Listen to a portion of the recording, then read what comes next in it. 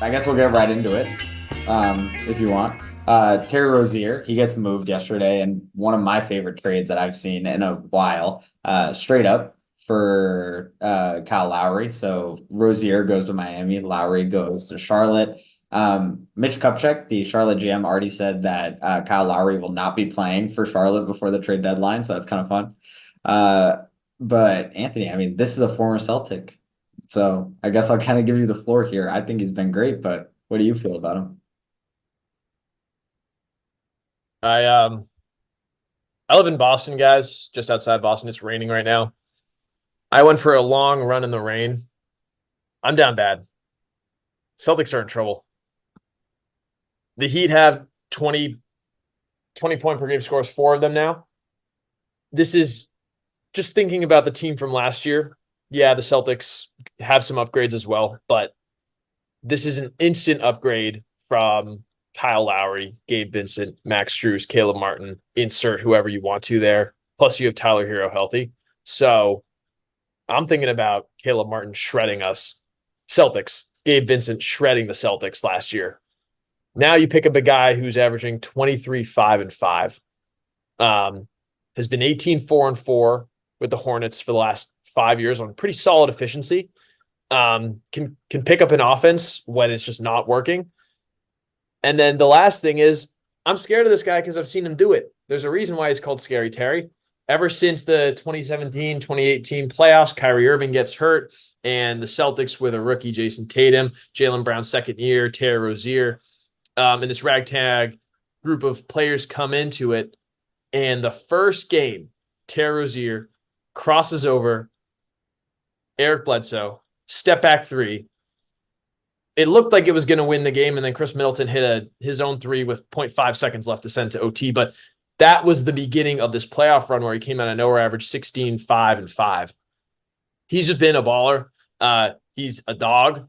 He's going to fit Miami's culture really well. I don't know, Max, if you saw that video of him coming off the plane. He's Yeah. just so excited. He's so excited to get out of Charlotte, that dysfunctional franchise. And honestly, the Heat kind of fleeced the Hornets here. I don't really get what the Hornets were getting back from this. I mean, you have Terry Rozier, who's kind of at the peak of his powers. Why wouldn't you go for something bigger? I don't know the contract situation with Kyle Lowry, if he was on expiring and they're just trying to get rid of that contract for something else, clear some cap space. But overall, for the Heat, very good trade.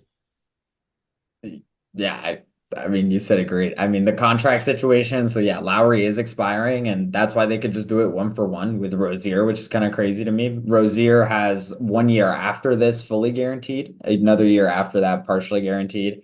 Um, Lowry scores 8 points per game currently, and they flipped that into Terry Rozier. As good as Kyle Lowry's been, like Terry Rozier has been like fantastic, and he's like up to 7 assists a game basically this year at this point, Yeah. which is kind of ridiculous. Not to mention his lights out shooting. I mean, he's been what 46% from the floor, and then he's shooting the best he's shot from three in like 3 years, right? So I don't know. This is a scary addition, and I get why you went for that run in the rain, my boy. It's tough, but like I do not want to. I don't know. I do not want to play Miami at all. And I know Terry Rozier 6'1", but Spoelstra is going to find a way to make him a good defender in the playoffs, and he's already a pretty good defender. So Yeah, it's just it's scary. I think fortunately we have the guards to slow them down. At least the Celtics do.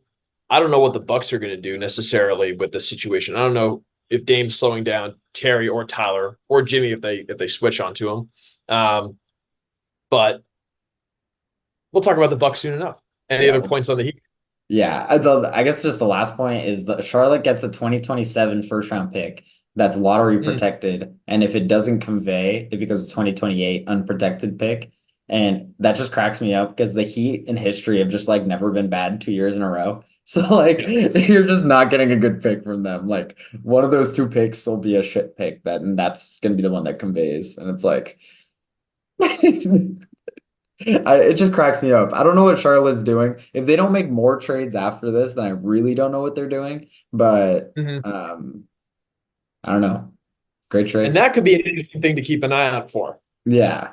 Because this Uh, feels like if you're, I don't want to say they're taking an L on this one, but Lowry's in a weird situation where it costs so much that you're gonna have to give up a lot if to trade for him.